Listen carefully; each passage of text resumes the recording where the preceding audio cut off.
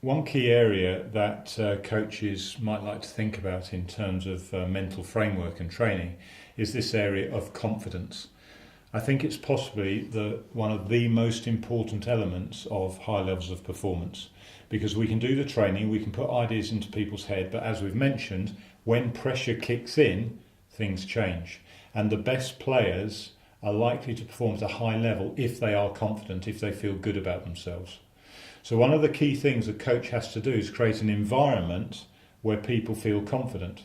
And there are many ways to make people feel confident. First of all is clearly understanding what the coach wants of you, understanding what is needed within the game. So becoming a student of the game is a key element of being a confident player.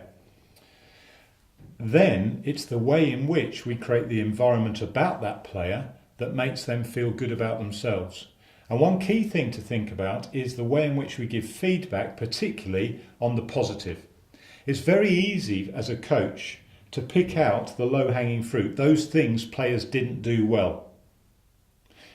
The interesting thing is that if we constantly give feedback on what they're not doing well, their confidence tends to drop, their self-esteem goes down with it, and as a result, the things they're actually good at, they tend to drop as well. I'd like you to think in a slightly different way.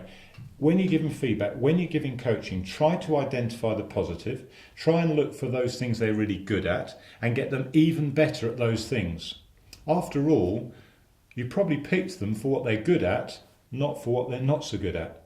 So if you pick them for what they're good at, coach them and get them even better at those things. So create a positive environment and give your players confidence.